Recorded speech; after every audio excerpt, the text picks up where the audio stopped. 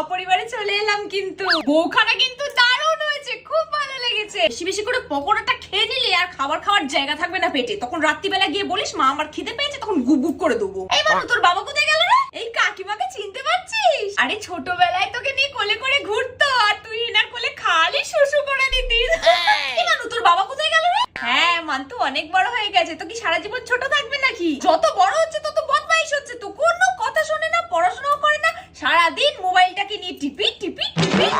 না দিদি এখনো অনেক ছোট, এখন কি বিয়ে দেবো। আরে তোর বাবা কোথায় গেল রে? ফিলাটা কিন্তু বেশ ভালো নিয়েছে বুঝলি। তুই শুধু ফুচকা খা, তুই ওদিক থেকে আমাকে কটা পকোড়া এনে দে তো। মাছের পকোড়াটা আনবি না, চিকেন পকোড়াটা নিয়ে। মাছেরটা যেন কিরকম গন্ধ, খেলে আমার আবার চোয়া ঢেকুর দেবে। এই চল চল